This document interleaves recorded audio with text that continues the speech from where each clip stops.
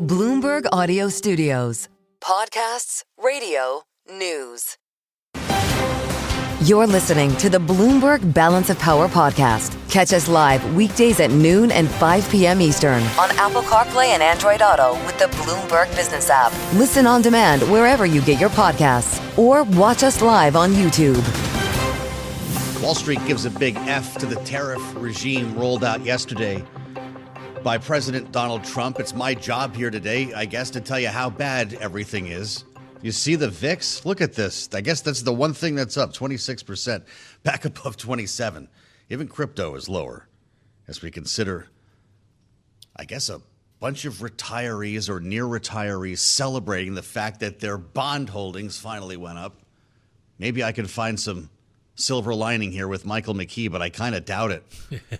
I don't even have questions for you, Mike. It's great to have you. I mean, you must be the busiest guy in the room today. Bloomberg International Economics and Policy Correspondent pretty much says it all here. And Michael was with us as soon as we heard from the president last evening on our extended Balance of Power and joins us now from New York. Michael, I want to bring you back in time to what we heard in the Rose Garden yesterday. Listen.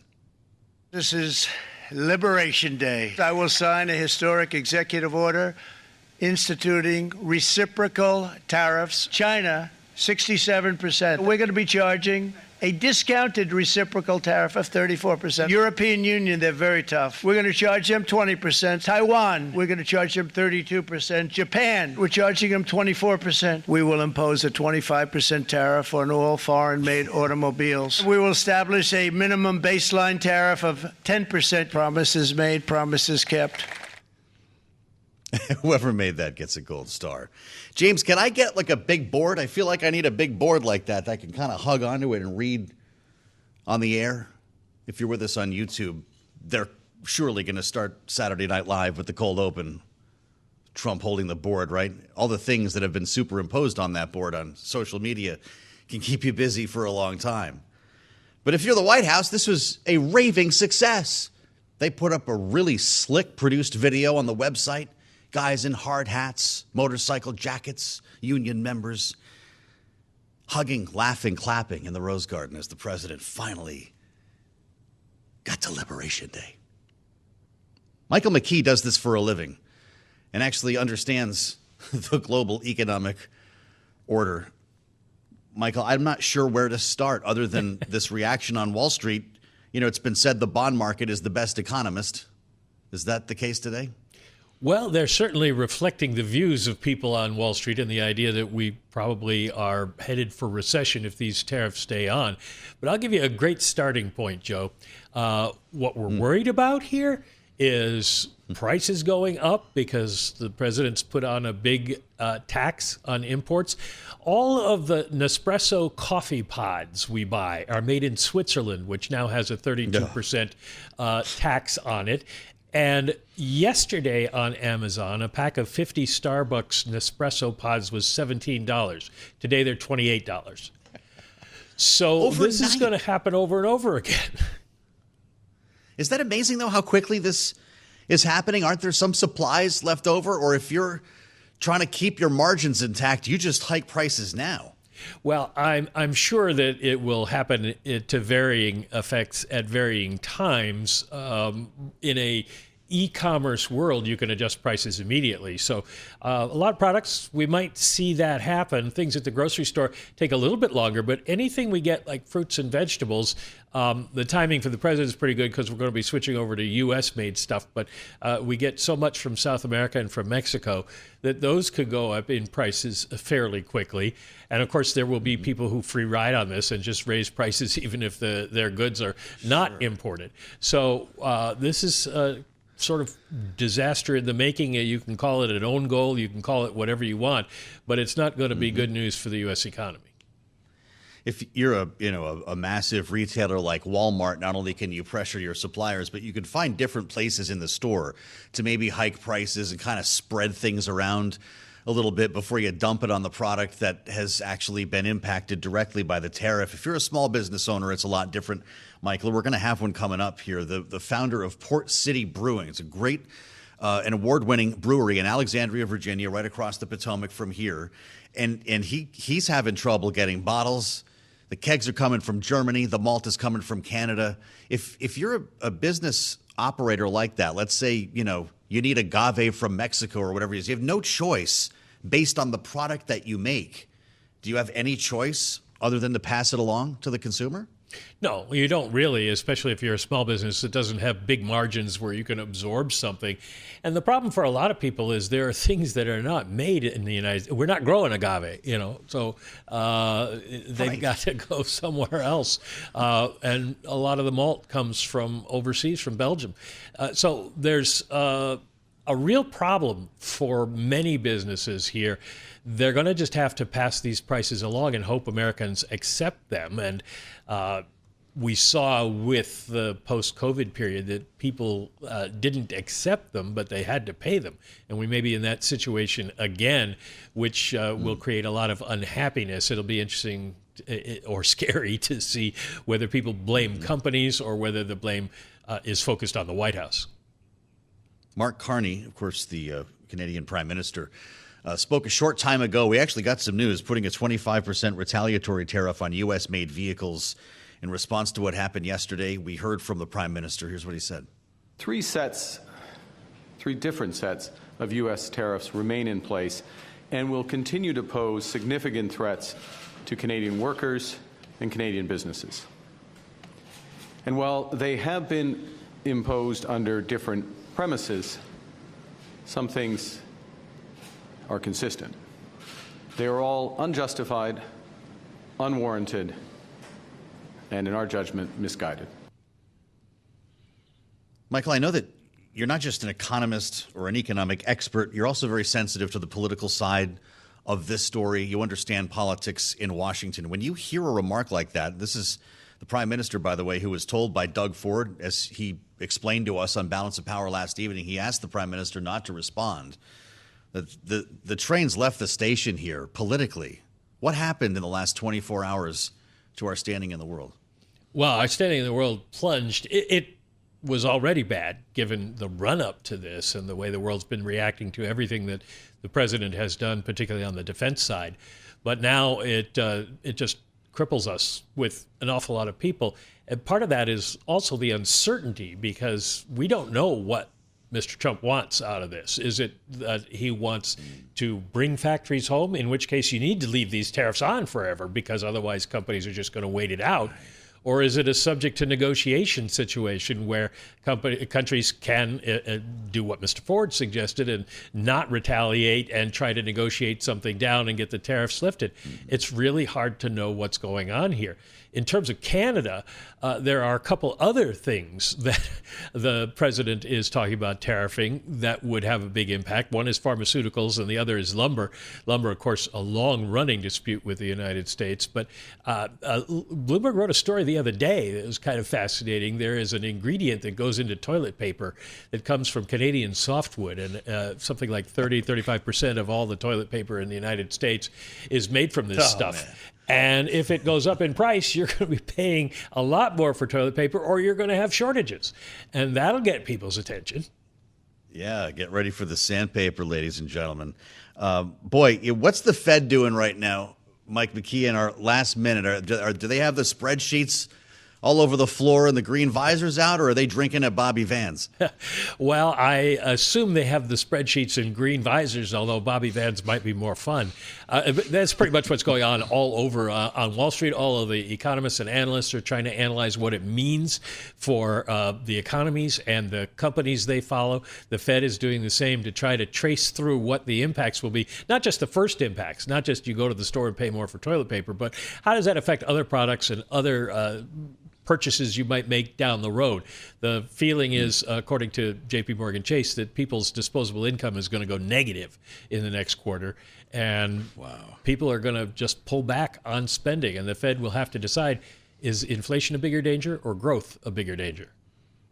One of the most important voices you'll hear today on Bloomberg. Michael McKee, great to have you back, sir.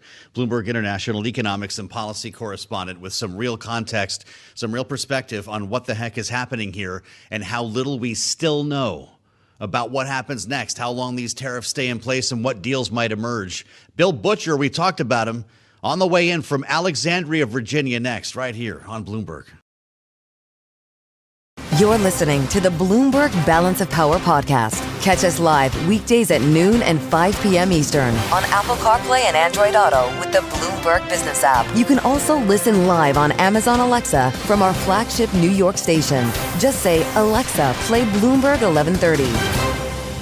With not great news on our markets today following what we heard from President Trump last evening. We knew it was going to be bad. If you were with us in the extended edition of Balance of Power last evening, the futures fell out of bed.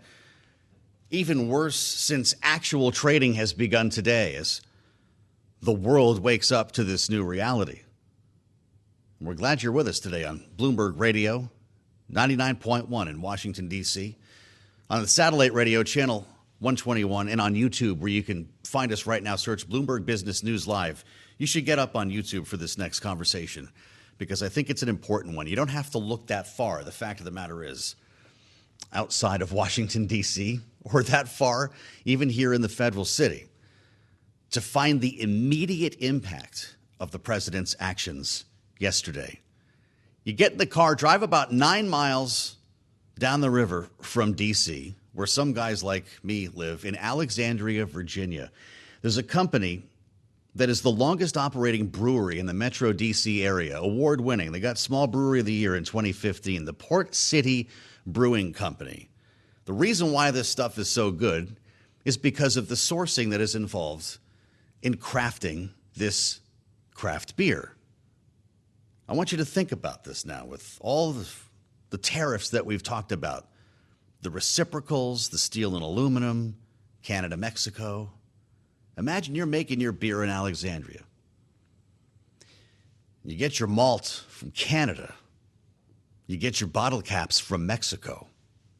Your kegs made of steel come from Germany. What's that going to do to the price of a six-pack? That is the reality right now for Bill Butcher, the founder of the Port City Brewing Company, who I'm glad to say is with us right now. Bill, I'm really glad you could join us. Thanks for being here. Be with you. How do you get out of this mess? We're still sorting through it. It's hard to say. The malt comes from Canada, as you said. The bottle caps are from Mexico. It looks like there's a carve out in these tariffs for the USMCA, which should provide some relief, but there's still questions.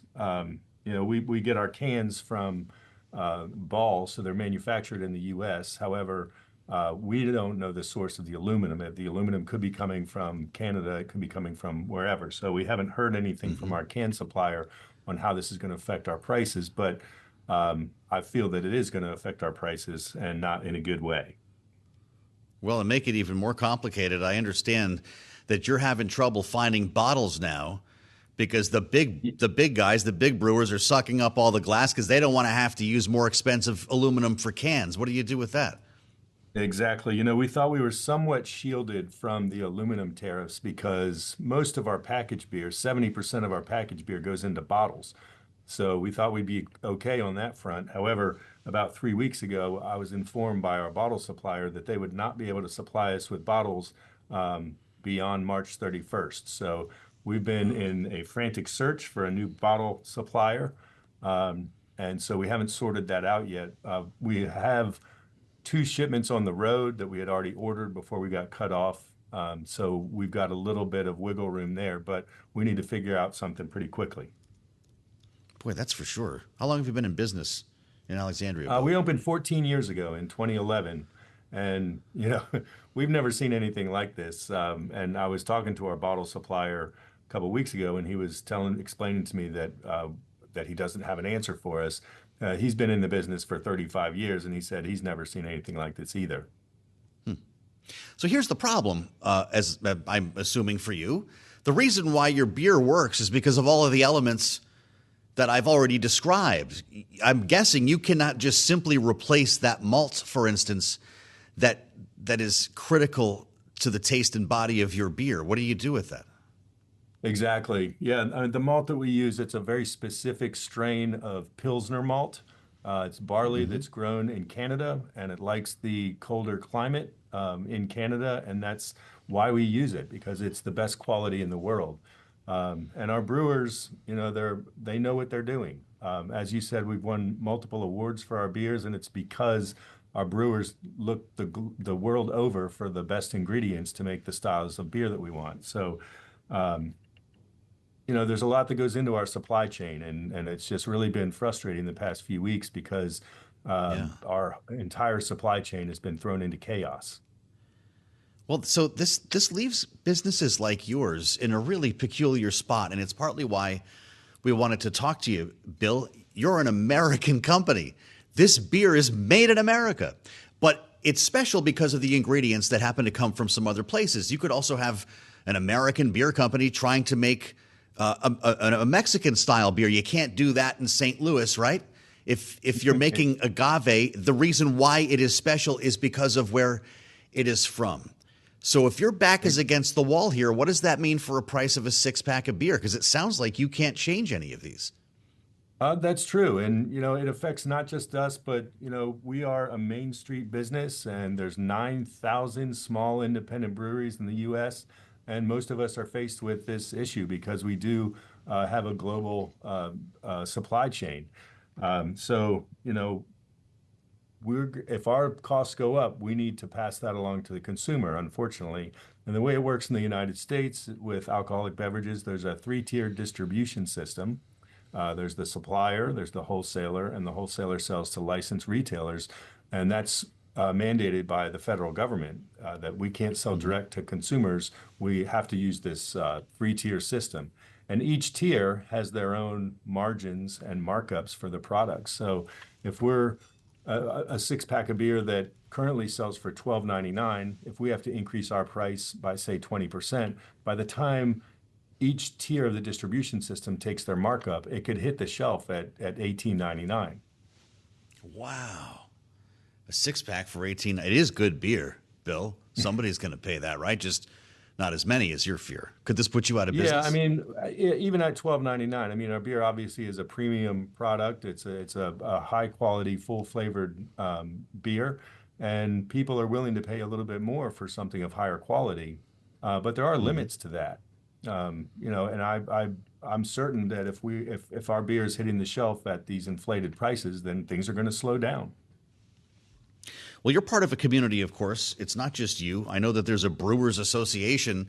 I'm guessing you don't have the influence or the lobbying money, though, of an Anheuser-Busch to dial up the White House. How do you deliver a message? How do you push back on any of this, or can't you? Yeah, well, our Brewers Association has been active, and our CEO has been he's traveled from Boulder, Colorado to D.C. several times since the beginning of the year. And so we are trying to get our message out. You're right. We don't have the millions that the big brewers have.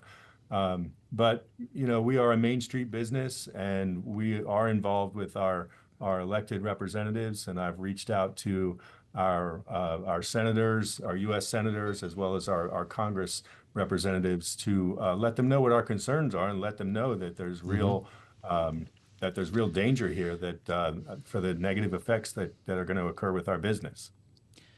Bill Butcher, I want to meet you in person. This is a great story, and it's a really interesting local business here in our great little city of Alexandria. Pay a visit sometime. It sounds like business owners could use you. You're listening to the Bloomberg Balance of Power podcast. Catch us live weekdays at noon and 5 p.m. Eastern on Apple CarPlay and Android Auto with the Bloomberg Business app. Listen on demand wherever you get your podcasts or watch us live on YouTube.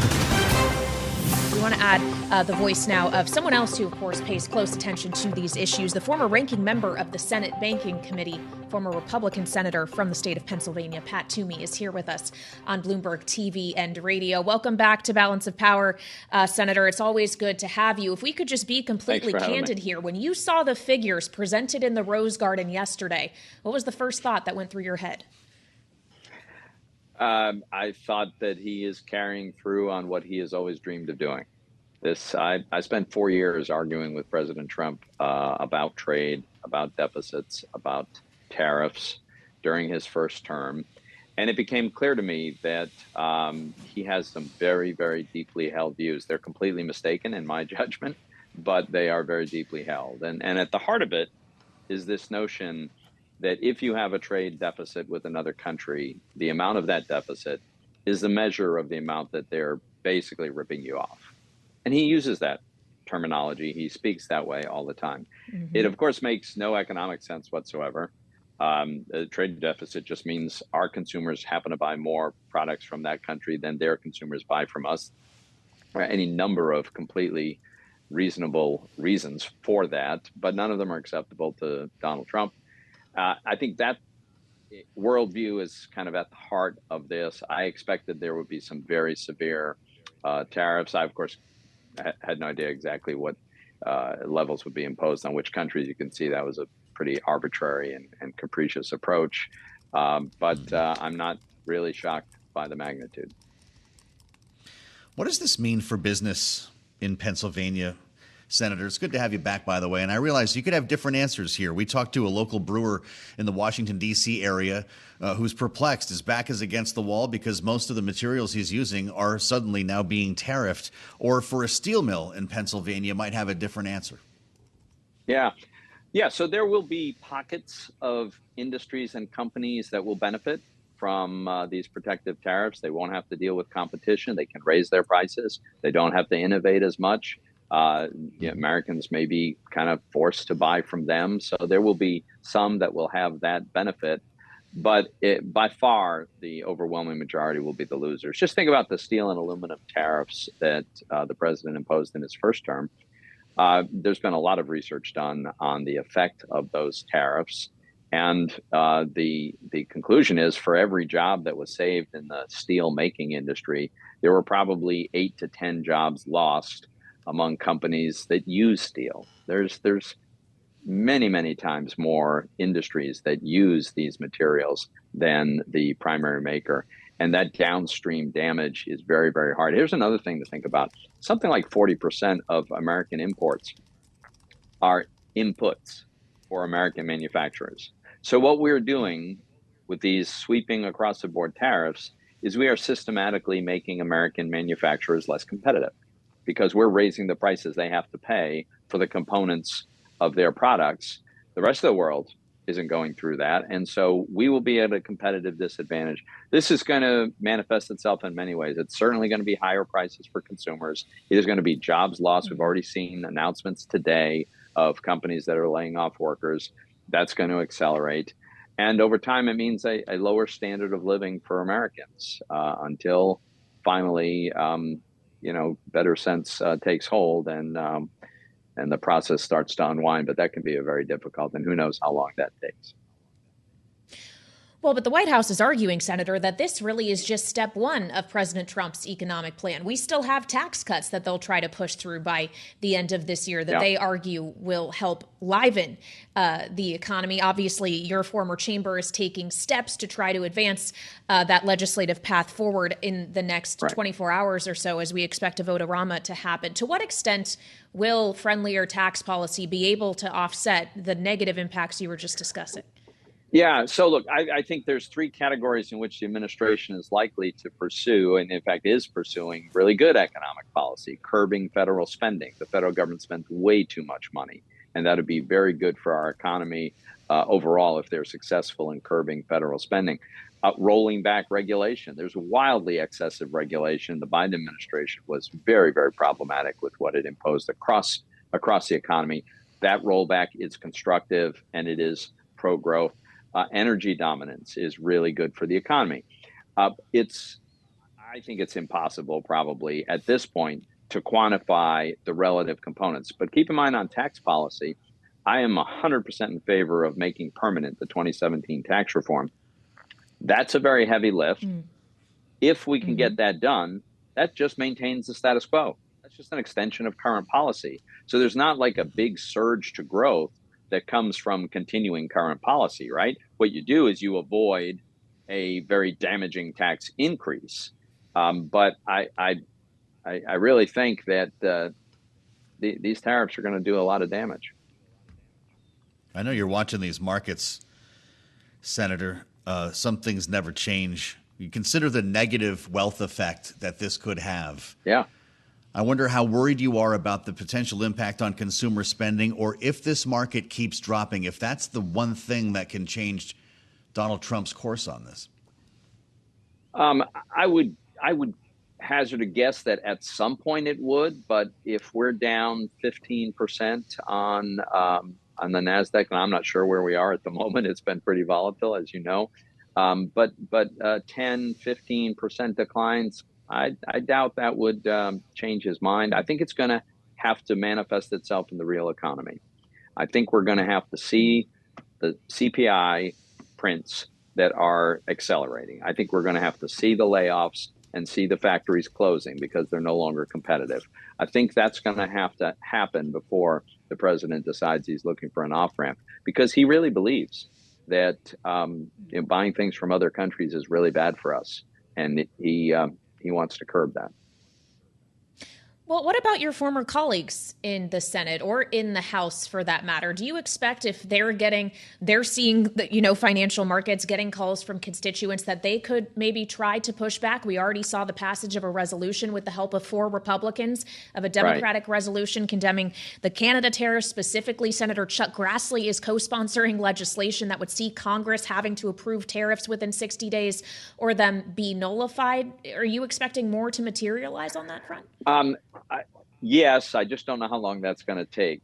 That's one of the many disturbing ironies of this. Of course, all of this is completely inconsistent with the constitutional assignment of responsibility for trade to Congress. The president doesn't have this authority. And yet we sit on the edge of our seats wondering what the latest whim is from the president, who's exercising an authority that, in my view, he doesn't have. I think, a lot of Republican voters have the view that the president's only been in office for a couple of months. We got to give him his opportunity, have him enact his agenda, and give him the benefit of the doubt. I think that will only last for so long. And when that starts to turn, because people see really rapidly rising prices, their job is jeopardized, they're hearing about layoffs and the other adverse effects, then it's going to be obvious to members of Congress that this is a very problematic road we're on, and they may want to find a way to begin to reverse some of these effects. But I think it's going to have to show up in the real economy first. Unfortunately, I think it will show up in the real economy. Really good to have you back, Senator. I know you're going to miss Washington when the vote-a-ramas get going again a little bit later this week, potentially in the Senate. Pat Toomey, former Republican senator from Pennsylvania. As we assemble our political panel, we're glad to have Rick Davis back with us and Jeannie Shanzano, Bloomberg Politics contributors. Rick is our Republican strategist and partner at Stone Court Capital. Jeannie is our Democratic analyst and political science professor at Iona University. Rick, you might have heard Pat Toomey talking a little while ago.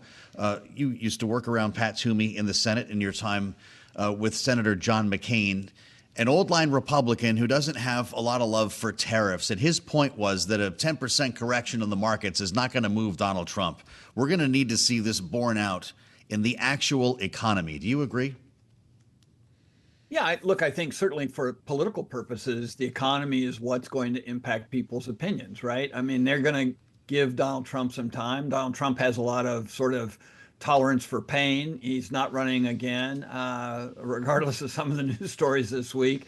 And so the political calculus for him is a little bit easier for the rest of the Republican Party, and especially those mainstream Republicans that have, a real focus on the economy. And the reality for them is, higher prices, less growth, those kinds of things that come along with these kinds of big tariff regimes are going to slow the economy to a point where it's going to be hard to go home in 18 months when you're pitching people to vote for your party in the midterms and say that somehow they're supposed to be better off today than they were when Donald Trump took office.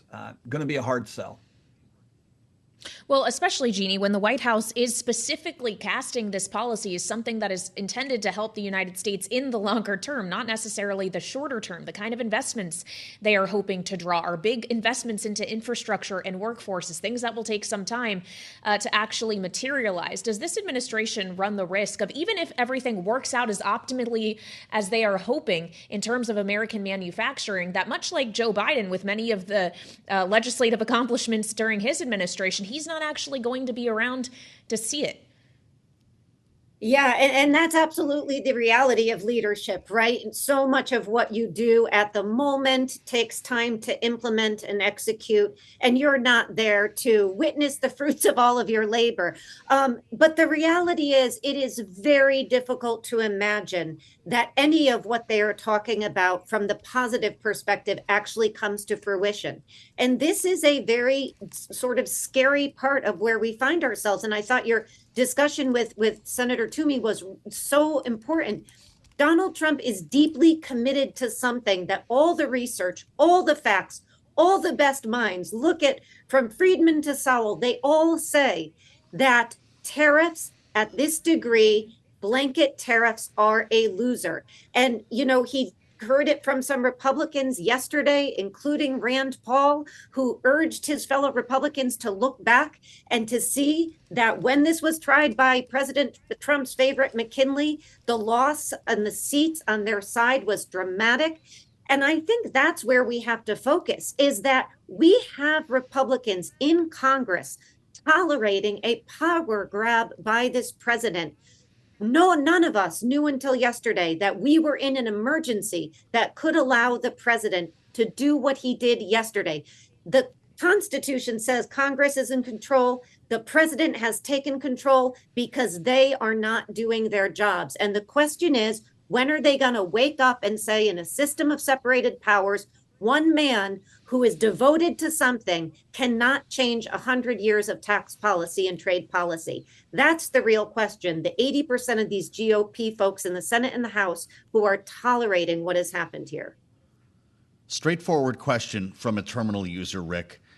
Why does no one talk about the tariffs on the U.S. for 50 years and only on the counter tariffs that we just put on them now?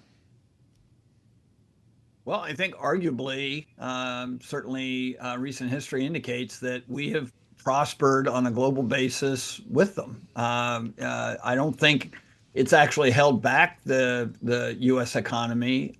For whatever reason, the U.S. economy has grown by a significantly larger margin than Europe and China and other countries on a GDP basis per capita. Our wealth has substantially increased over the last few decades compared to the rest of the world. I mean, to be honest, sure, there are trade deficits in all these countries that Donald Trump slapped tariffs on, but it's hard to quantify how somehow those things have been holding the U.S. economy back. They haven't. The U.S. economy prior to, January 20th has been roaring. It's been the envy of the rest of the world. And to be honest, I think this tariff regime, based on what we're seeing today and expected by economists we have on these programs, it will probably reduce the growth of these economies, ours and others that we trade with, substantially over the next few quarters. Well, but Rick, to your point on the strength of the economy, isn't one of the reasons that President Trump got elected was because a lot of that base of support came from people who were not necessarily feeling the economy was working for them?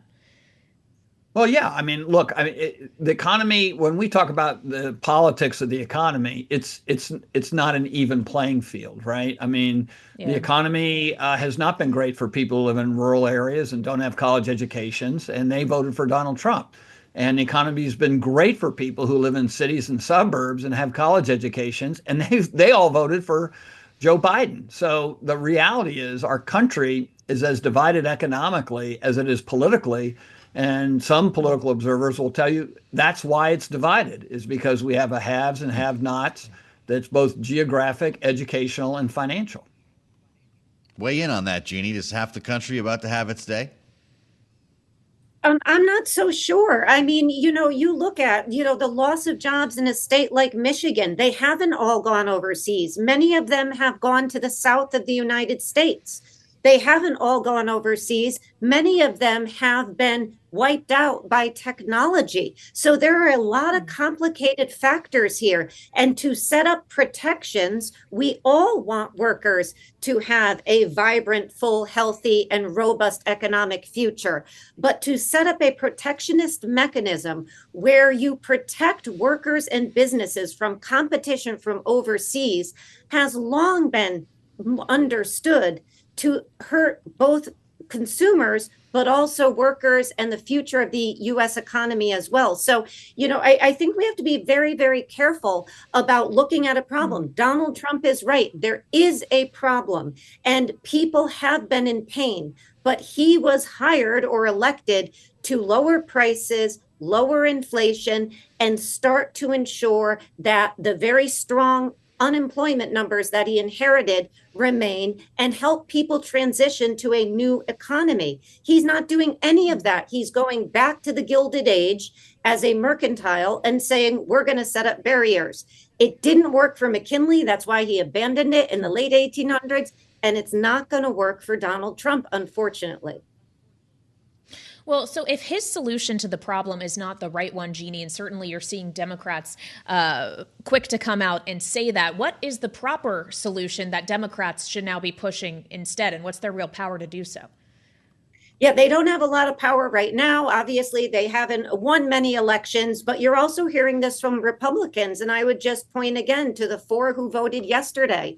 And the answer is it's going to be a long-term commitment to both free trade, use of targeted tariffs if we need to, and President Trump did that in his first term. But what you don't do is step up one day and impose huge tariffs on 185 countries around the world, including our closest allies, and expect that is going to be in either our security or our economic benefit long term. So there are solutions out there, but it takes working together, and it takes an understanding of the economic system. And that's the concern about many people, is that Donald Trump's view of the world in this regard is not supported by any of the research or evidence.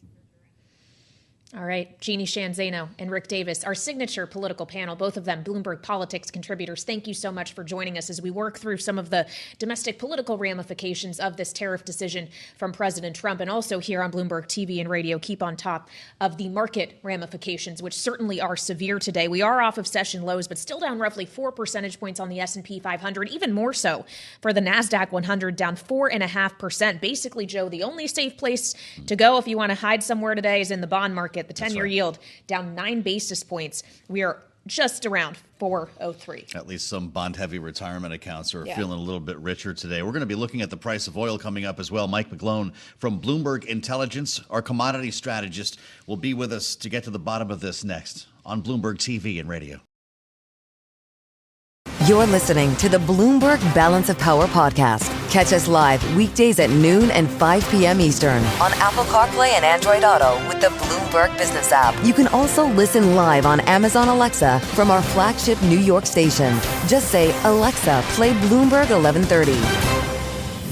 With our focus now on the price of oil, also lower today. WTI West Texas Intermediate crude futures down over 6% at the moment. We're hovering just above $67 a barrel, and we wanted to get more into this with an expert. Mike McGlone back with us from Bloomberg Intelligence. He is the senior commodity strategist. And Mike, we had news today from OPEC, a larger than expected oil supply hike coming in May. How much of this price movement has to do with OPEC versus the tariffs? OPEC's part of it, Joe. We've been waiting for OPEC to come on supply for almost 2 years. It's just a matter of time. The key thing that's happening is we have an oversupplied market on the back of that big pump in prices when Russia invaded Ukraine. Crude oil got up to 130. That sowed the seeds of prices going lower, which they always do. Every time crude oil gets that high, it's gone back down to about $40 a barrel. This is the last 20 years. That's my base case. I think it's still going there. It has a good reason to do it. And it's one of the main goals of the Trump administration is lower energy prices. They have pre-existing trends in their favor. So let's look at this. The average price of gasoline in the country is around $3.20 a gallon. By the time we get to midterms, I'll bet it'll be $2. Wow, that would be something pretty incredible. I'd like to ask you as well about copper futures down about 4% today. The White House did say yesterday that copper tariffs could still be coming. Mike McGlone, what impact will that have if we're considering existing supply and any constraints that could emerge if there's heavy duties in place? Well, hello, Kaylee. We've priced for the extremes. The high for copper this year was $5.37 a pound. Last year's high was around $5.20 a pound. It was resolved down to $4 a pound. I think it's going the same way. prices of copper in London are closer to $4.20 right now. We're going that way. It's just a question of how long it takes. So the market got way overextended. The futures from the U.S. versus London got the most stretched ever. Now we're going back down. But the key thing is copper is the, Dr. Copper. It's a very high correlation with economic activity. And the rest of the world having to face U.S. tariffs means more pressure lower for copper. What's going on with gold, Mike? Was it just up too far, too fast? I thought this was the safe haven.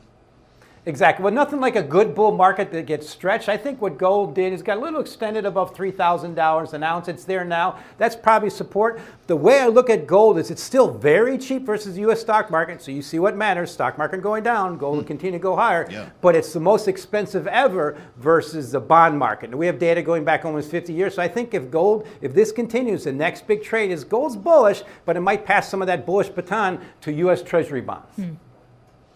Well, yeah, certainly bullish for treasuries today, down 14 basis points on the 2-year, 9 on the 10-year. Mike McGlone, who covers commodities for us at Bloomberg Intelligence, thank you so much, as always, for joining us and reminding us that for copper, it might not just be about tariffs, but it also is a growth story. Dr. Copper, to his point, we know copper has always historically been incredibly linked with the growth outlook in China specifically. And China, of course, arguably hardest hit from these new tariff policies from the Trump administration. When you add in as well the slowdown apparently in investment in data center, the slowdown in EV sales at some point, which were sending copper prices higher, there's a kind of a confusing market here all of a sudden. Yeah, certainly. And I wonder how confusing things are in Beijing right now as they consider the tariff rates with which they will currently be dealing, but also perhaps what opportunities it creates for China as the U.S. is turning further away from existing trading partners. And we want to get into this now with Anna Ashton. She's founder of Ashton Analytics, also a specialist in U.S.-China trade and economics. Welcome back to Bloomberg TV and radio. And when we just consider the level of the levy that the Trump administration has now set for China, keeping in mind the 20% tariffs related to fentanyl are still in place, layer on top of that 34%, bringing us to 54%. Is the Chinese economy equipped to handle tariffs of this magnitude?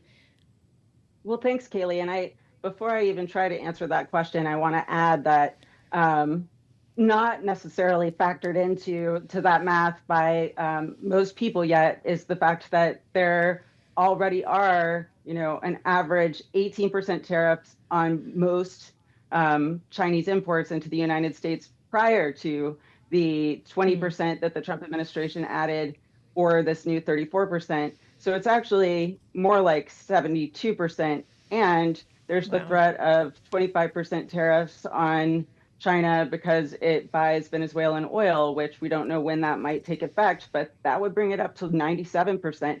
And then, of course, there are the sectoral tariffs, which will affect China as well. So these are really potentially quite high. And obviously, they will have a significant effect, a negative effect on the Chinese economy, because there's very little likelihood that Chinese manufacturers are going to be able to absorb this, nor does the Chinese government seem willing to allow that. And so this is painful, but it does create opportunities. One of them being that it just plays right into China's foreign policy line that it is the protector of the international trading system and international trade rules. So what's the retaliation? China calling this typical bullying, Beijing promising to retaliate. How will it? So what we've seen so far, Joe, is some retaliatory tariffs, strategic ones, including on U.S. agriculture products and U.S. gas. And I expect that we would see maybe those tariffs would be increased. Perhaps there would be additional tariffs applied strategically to other imports from the U.S. And then, of course, we'll see China rely on the rest of its playbook of things that it can do to retaliate, the playbook that it's been developing since the first Trump administration, which will probably include more announcements about export restrictions or licensing requirements for exports of critical minerals. It'll probably include addition of more U.S. companies to the unreliable entity list. It might include other pressure on specific U.S. companies that are trying to operate in the China market. Well, so if they're retaliating against the U.S., I do wonder, to the point you were making on opportunities created here, Anna, if it's going to be enticing other trading partners. Who is most likely to have a favorable view toward a trading relationship with China as they're facing this pain from the U.S.? Is it other manufacturing countries, or at least where a lot of manufacturing has gone, like Vietnam and India, which are now facing high tariff rates? Is it the European Union? Is it all of the above? I think to some extent you could say that it's all of the above, that this will, to the extent that the competition between the U.S. and China and perceptions of China's increasing aggression and territorial claims around its periphery, to the extent that that has been something that other countries have been more and more convinced of in the last 8 years, we may see a lot of those countries start to revise that assessment and look at China as perhaps a partner that is more amenable to relatively free trading than the United States is. I really am curious about how this will play out in the Asia Pacific region because of what you mentioned, the fact that tariffs that have been announced for countries like Vietnam are even higher than the tariffs that have been announced for China. And of course, a lot of the manufacturing that was producing goods for the U.S. market has moved to places like Vietnam in recent years. Mm-hmm. So that's really going to hurt those countries. And it likely will undermine their sense that the U.S. is a reliable partner, which could in turn undermine U.S. security objectives in the region. Anna, you may have heard President Trump tie tariffs against China to a potential sale of TikTok within the last week. And we've got a deadline that's fast approaching, and this potential sale, while we don't have anything real to talk about yet, has been sucking up a lot of oxygen here in Washington, D.C. Have you heard of, or could you conceive of any deal in which tariffs against China are lowered in some sort of deal for Beijing to sign off on the sale of TikTok here in the U.S.? Gosh, Joe, maybe. These are really, really significant tariff threats. So I wouldn't rule out the possibility. Prior to these tariff threats, I would have said there's no way that Beijing is going to make a deal. My sources have been quite emphatic that the government has no interest in allowing the U.S. to acquire TikTok's algorithm. But it's possible that this would cause Beijing to reconsider to some extent. I still think that it's doubtful, though, because it's not really China's MO to bow to U.S. pressure like that. And so far, China hasn't been particularly positively responsive to other moves by this administration to ratchet up pressure. Just quickly, Anna, we only have a minute left here, but do you expect we could see some currency activity on the part of China when it comes to manipulating the yuan? Because currency manipulation is one of those non-tariff barriers the White House was alluding to yesterday. It is. And then at the same time, when you look at how when you look at the numbers that the White House produced, estimating what the total average tariffs of these other trading partners are on the U.S., it's sort of a head scratcher, and it doesn't look like there was a formula involved that, clearly took into account the effects on the U.S. of different kinds of tariff and non-tariff barriers. It looks like, most people have speculated that they basically took the balance of trade between the U.S. and any given bilateral partner and divided it by the value of the imports from that country. So there are questions about exactly what countries could do in negotiations with the U.S. to make this better. But maybe, devaluing currency is one of them. Anna Ashton, great to have you with us of all days today. Anna, founder of Ashton Analytics.